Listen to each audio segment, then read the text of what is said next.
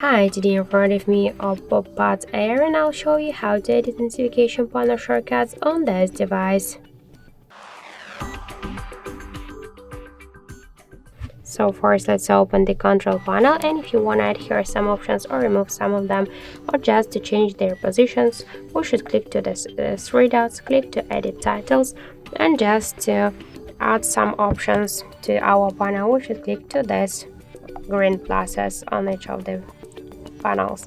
Just to remove some of them, we should click on the red minuses, and to change their positions, we should just hold it and drag it by this way. To save the changes, just tap to go back, and that's it. So thank you for watching, and if you find this video helpful, don't forget to leave a like and comment and to subscribe our channel.